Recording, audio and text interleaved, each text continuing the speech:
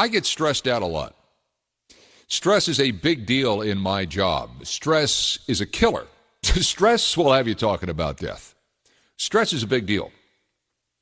And it kills a lot of people. It creates inflammation inside the body, which leads to other problems, particularly coronary problems. It plays tricks on the mind. It can make you do things you don't normally do. And oftentimes when we go through life, we hit certain barriers, certain walls where stress becomes overwhelming. And I raise this because I was scanning the internets this week, and I came upon a story about a woman. I believe she's a web developer. And she has depression, she has anxiety, and she sent an email to her boss that said, look, I need some time off here because I'm not dealing with this stuff. I've got to focus on my mental health. And the boss said, like that, you got it, no problem. And then I looked deeper into this, and I found out that the Centers for Disease Control and Prevention says only about 17% of you and me are considered to be in a state of optimum mental health.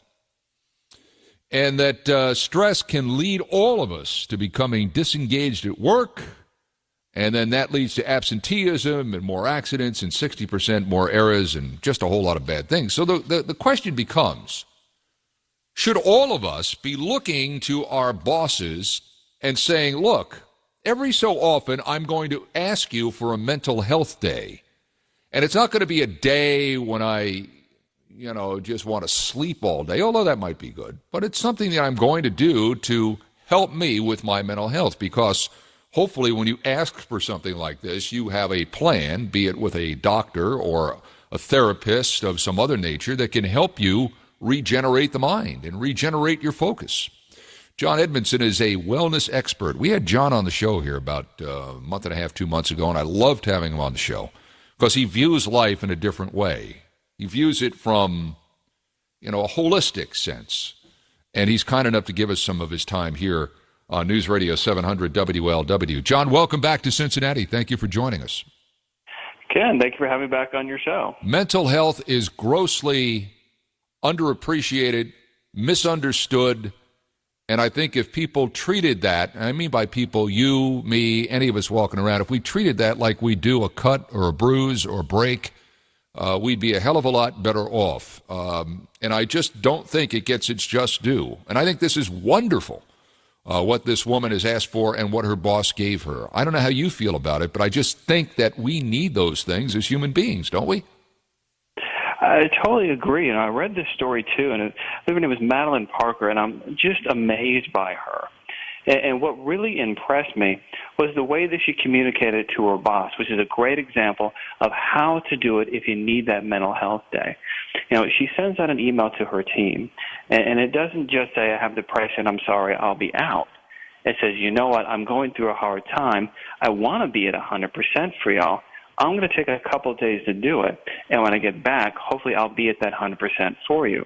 And that's key and important, how we communicate, to employers and our colleagues about our mental health. And the boss said, fine. He said, I get it, and I think that spoke volumes for him. But I also think it's important that when you ask for something like that you have some sort of plan. You know what you're going to do to help you regenerate. You're in touch with yourself mentally to know what you need. I think that's equally as important, is it not? Yeah, I agree. If you just take a day off, then you may actually make things worse, because then you have a day off thinking about your problems and your worries and your concerns. So, at the center, when we work with people and they want to take that mental health day, we recommend that there is a plan around it. Going to a spa, going out in nature, which is essential for all of us who work indoors and are in the city. Find some kind of support group or thing to do that makes you feel good at the end of the day. That way you're not stuck at home worrying about work, worrying about what other people are saying, and worrying about the problems that got you stressed out in the first place. So having that plan is definitely important. And in fact, if you are having trouble in mental health or suffering from what you believe is depression, it's really important to get that support.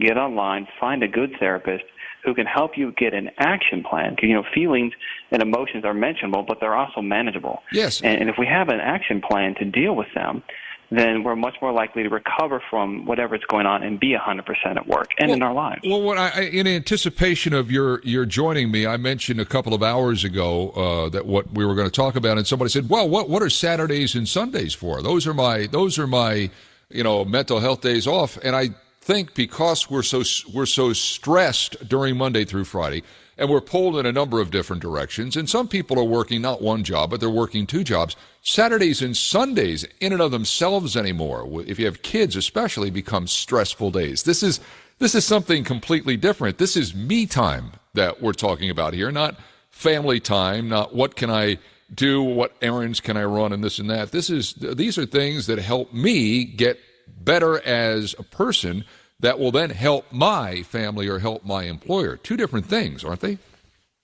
I couldn't have said it better myself. I think it's exactly right. In this society now, we are many times working two jobs. If we have homes, we're taking care of the home. If we have family, we're running the kids everywhere.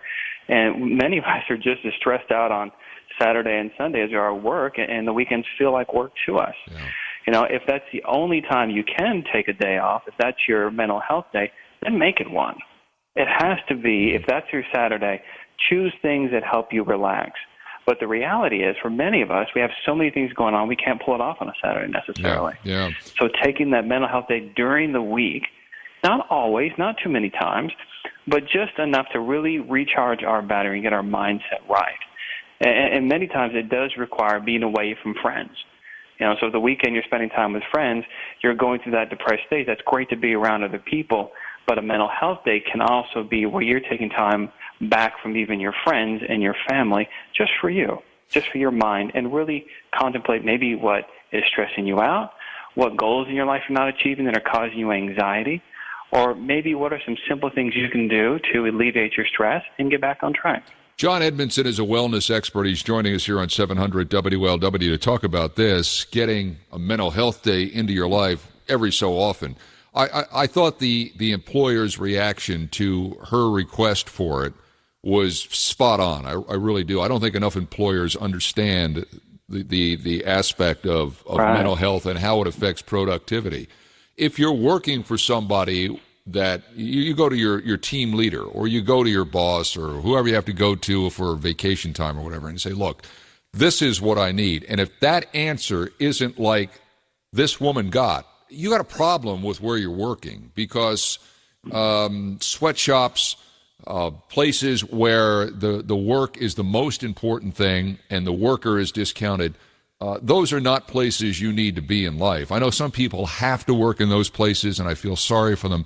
But if you have a choice, your choice at that point should be, I got to find another place to work, or you're not going to be the employee you're cut out to be, and you're certainly not going to live the life you're supposed to live. I think someone that goes looking for a mental health day has to be prepared to make that decision. Do they not? And it's almost ironic. Sometimes the people who are highly, highly successful, that move up very quickly, are people who have, many times, not always, an avoidant personality. They don't necessarily want to look at the problems. They just want to stay busy, focused, and work. And they're not necessarily connected to their emotional side. It's partially great because it enables them to really move forward and move up in their career. Now, the challenge with that is that not only are they not paying attention to their own emotional state and their health many times, but they're not able to see and empathize for their employees. And so when you do work at a place, you want to pay attention to who your boss is. When you're getting hired for a job, you want to pay attention to that as well. Mm-hmm. What is their personality like? What is their worldview? Because that's going to affect decisions they make for you when you work for them. Yeah.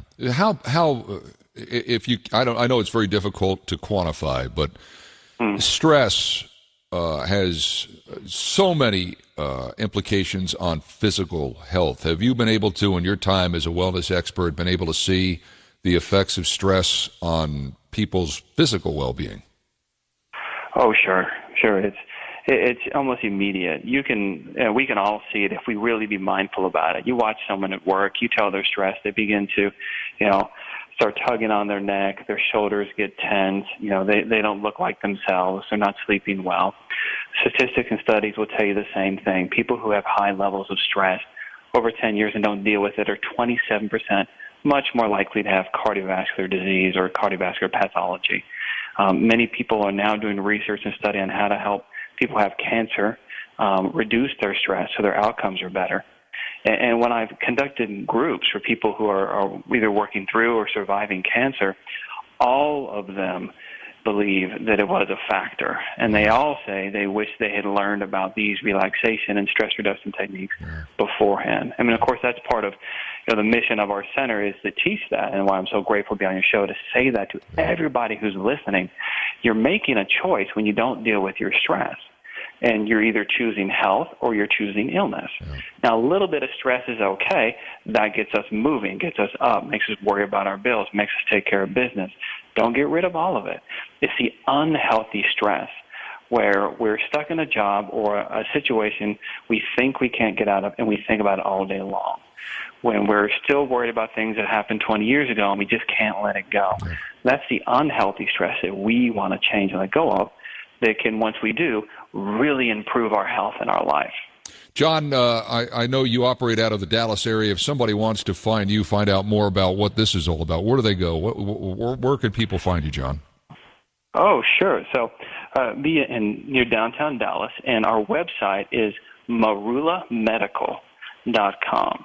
And that's spelled Marulamedical, just as it sounds, marulamedical.com. John, it's always great having you on. You have so many great things to say, and thanks for joining us this afternoon. We will catch up down the road. All right, sounds good, Ken. Thank you for having me. John Edmonson, wellness expert.